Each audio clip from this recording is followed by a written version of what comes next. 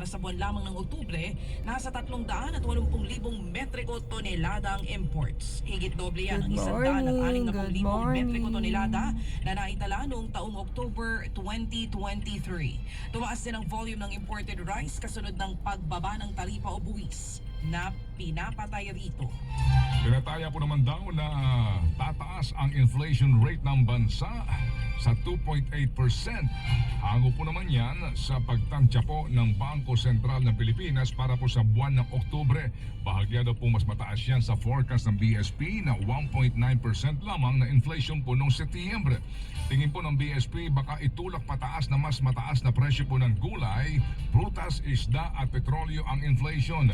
Bukod dito ay makakapekto rin daw ang pagbaba sa halaga po ng piso kontra US dollar.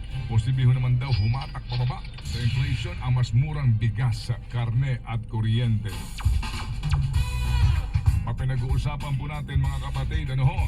Ako sa pimpo ng mga produktong pang-consumer, tandaan natin ha, napakarami ang substandard at mga Jaffe na produkto. Kaya mag-iingat po tayo, lalo na sa bakal. Kaya pag pinag-uusapan natin, what's this place? Steel frame, saan Where ka the pa? sunrise?